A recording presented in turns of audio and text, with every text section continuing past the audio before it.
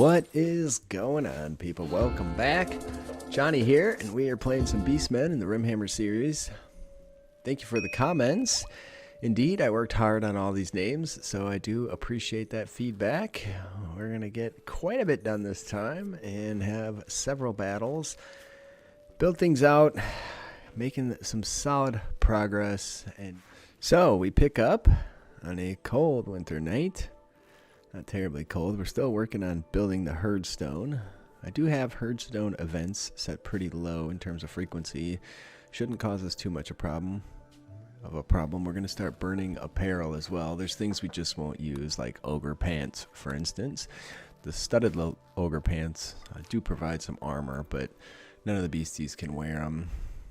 So our prisoner is on the road to recruit 2. This will be the first non-beastman. Few pawns are suffering from ambrosia withdrawal and have ambrosia addictions. Well, we're getting there. We do end up harvesting some more later against my better judgment. So we start moving things inside. We're going to use this space as a workroom. And somebody's always building the Herdstone. It takes quite a bit of effort. We're going to also burn pelts in the Great Fire. So any of those animal pelts we take in from butchering thrumbos and bears and muffalos and all that will just get...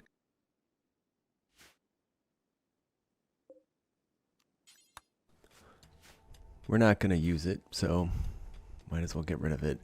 Need some doors. I'm going to put some doors around. Also, we'll get those done in steel here before too long. There's not much Beastman research to do, but there's going to be a ton of vanilla to do. So microelectronics is a 6,000 point research item. The ship's going to just destroy us. We do have the doors all done in steel at this point. And the new door was added. We're going to crack into that ancient danger at some point here. Just biding my time on it, but we could certainly use the weaponry.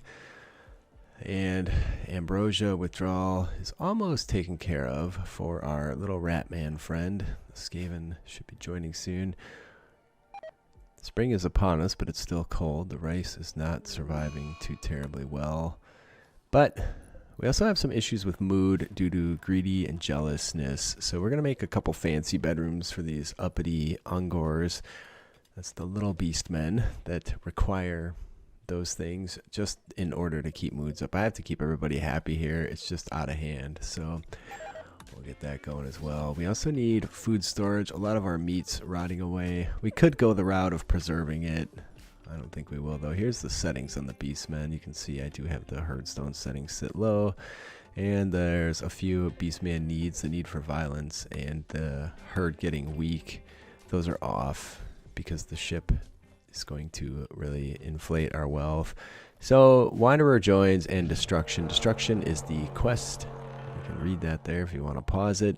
Tells you how to get the Beastman endgame going and how that works. We also, since we don't have a Bray Shaman, we get a Bray Shaman when you build a Herdstone because it requires a Bray Shaman to perform the rituals there. He's a Lore of the Wild Mage, which is very fitting since it's a Beastman unique magic lore. And otherwise, he's decent. Chemical Fascination sucks, but stat-wise, we have somebody that can sit on a research bench and do some crafting and stuff like that. So I'm kind of excited about that. We are going to build a secondary research bench.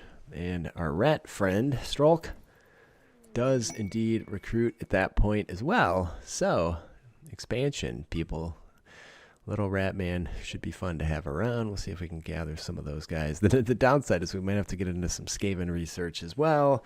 Flesh out some proper clothing for those guys. Oh, we'll see. He is wearing a Beastman robe currently, which is fine, I guess. Can wear whatever he wants. So, yeah, the mental breaks, moon teeth, being a crab ass about the bedroom situation. The bone floors are going to go in all over the hold. We do the hold. Let's call it the encampment. How about that? I'm used to playing dwarfs. We do get a defoliator ship nearby, which burns a bunch of ambrosia, which is probably for the best. That ship really wouldn't affect us too much. It's pretty far away. We're not growing anything anywhere near there, but it will kill a lot of the trees and wildness around. So while we hunt deer, mostly just to keep the bone supply pretty high.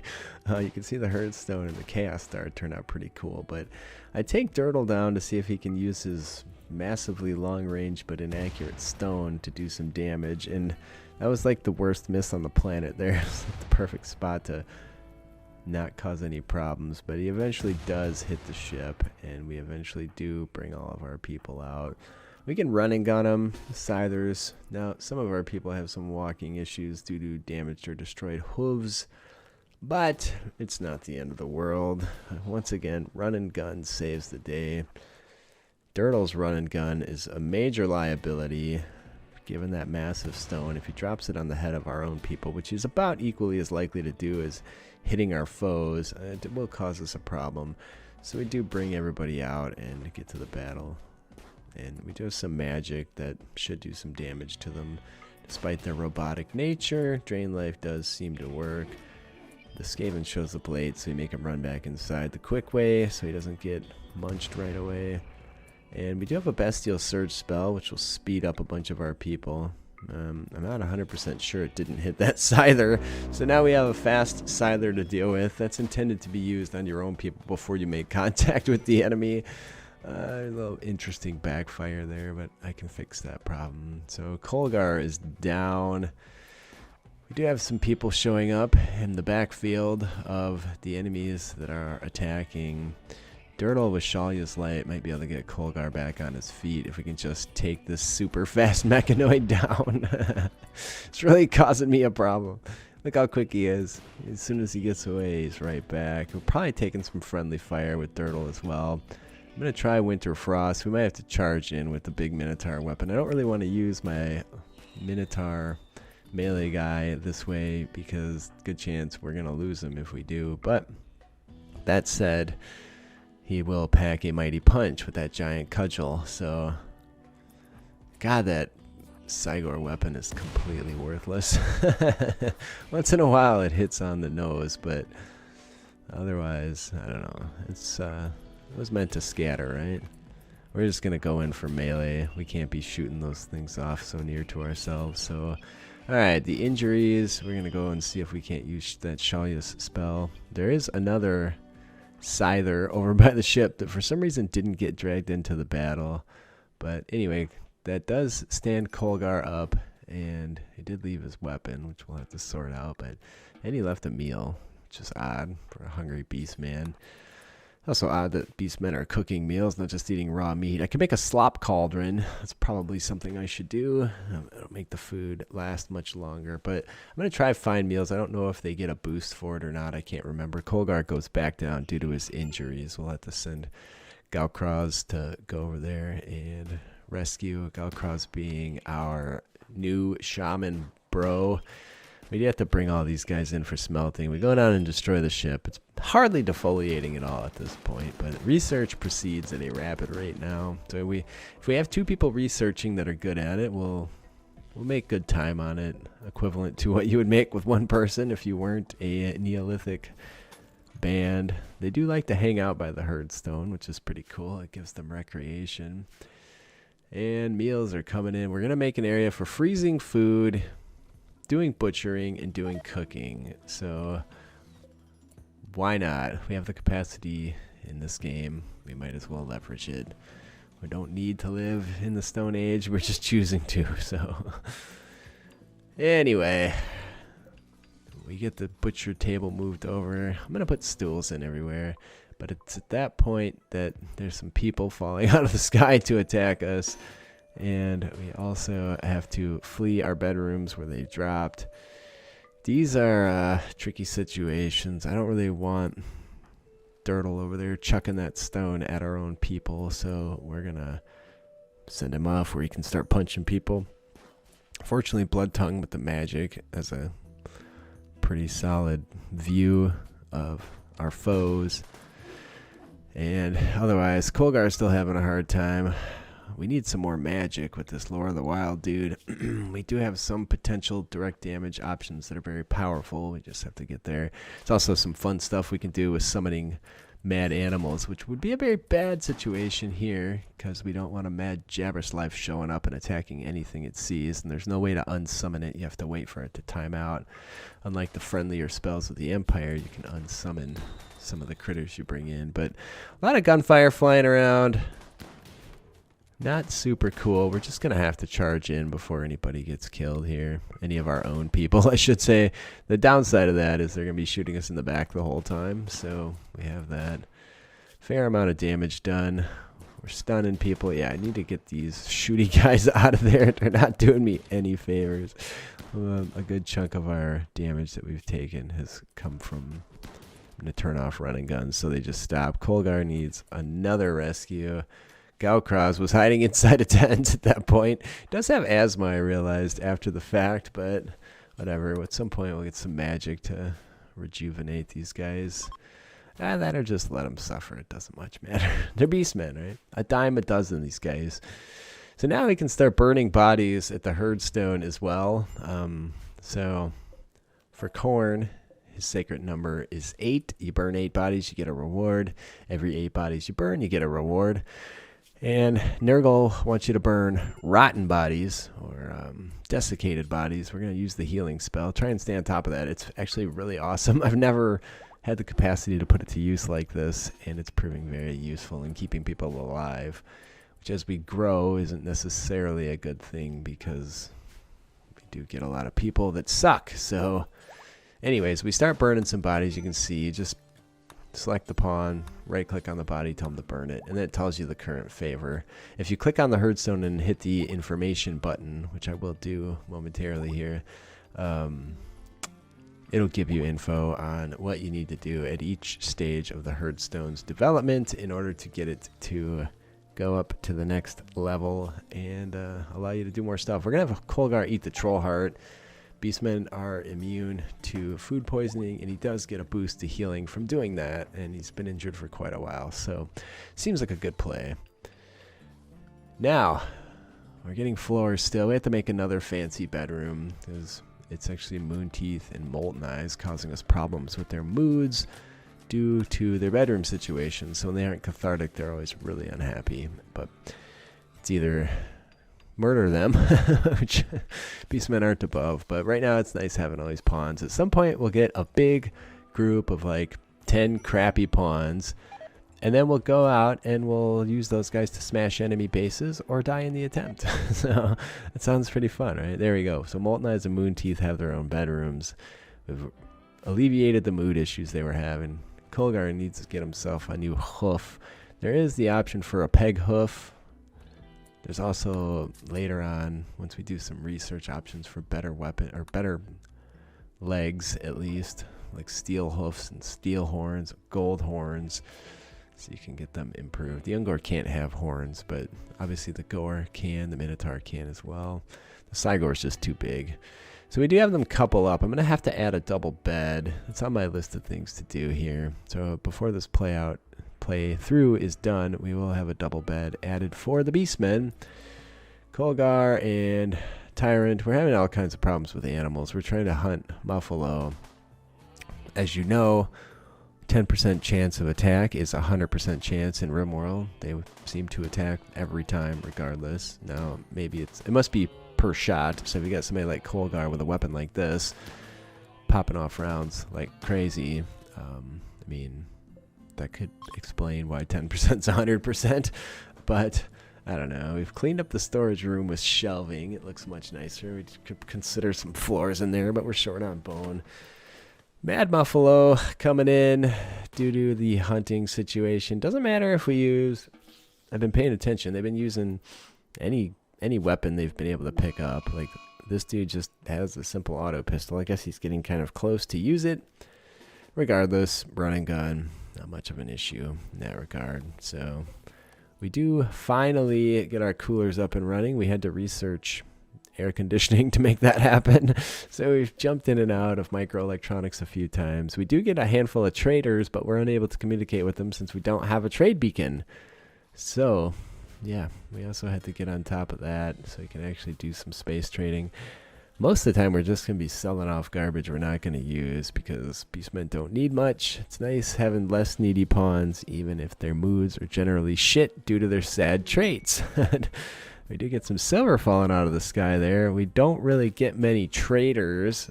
We may get Skaven. Beastmen don't have traders of their own. It simply doesn't make sense. Jumping back into microelectronics so we can do the comms console thing.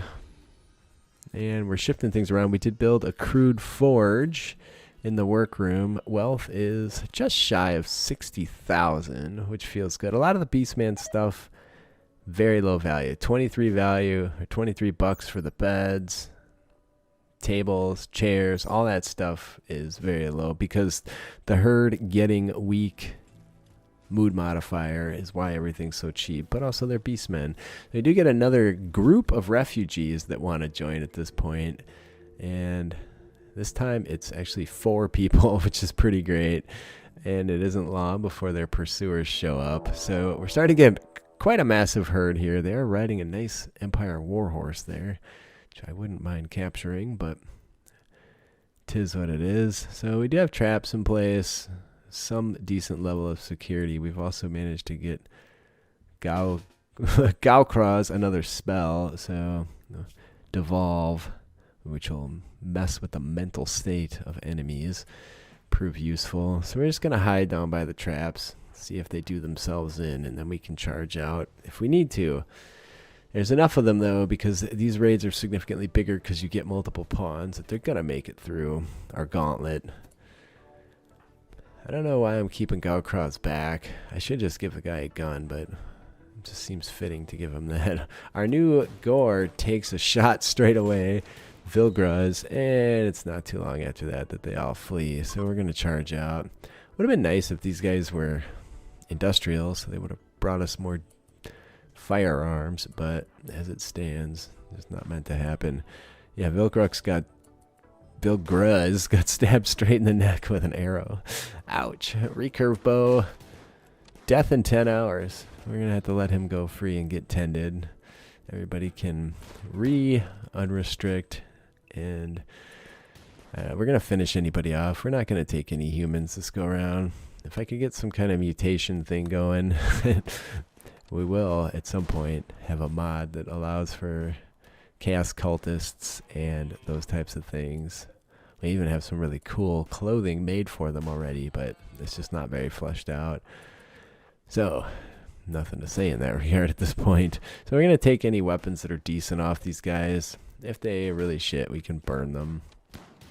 But run and gun helps us chase and shoot and chase and shoot, but this dude is going to sneak off the board here momentarily. Oh, no, just his critter got away. So they do leave a lot of animals around. We also have a lot of bodies we can burn, so that's 5. This will give us favor of 6. And when we hit 8, it's open season on a free corn weapon that is pretty freaking badass. I'm going to do it just to make it happen here. So here is where it tells you, give it a pause, read that if you want to know how the first level of the Herdstone works.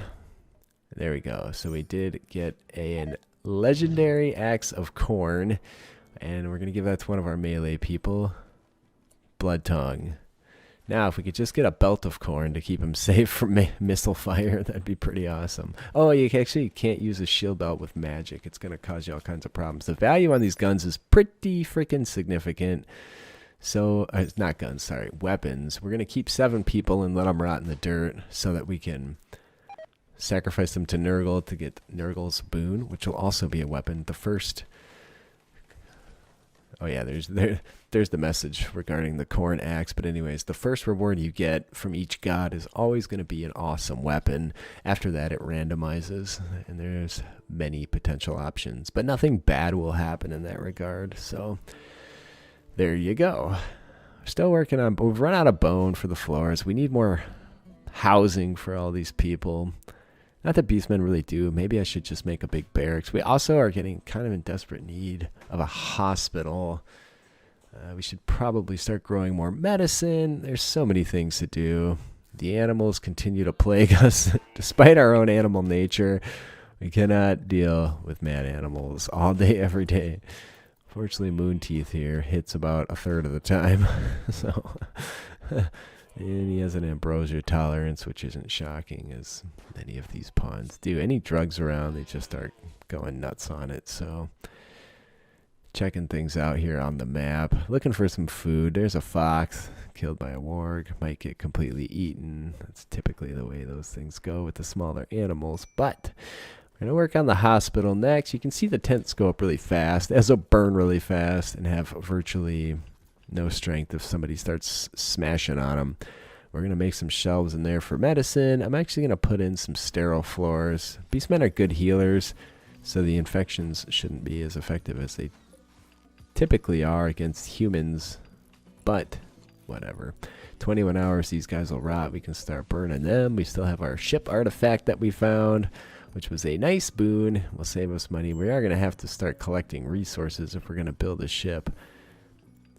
I am deeply intrigued, though, to think about making the trek across the map to reclaim the ship and see if we can defend an existing ship. It means building a whole second base, but Beastmen have good capacity to travel across the world map. Regardless, leave me a like. I love you. Leave me a comment. I read them all. I do respond. I'll see you all later.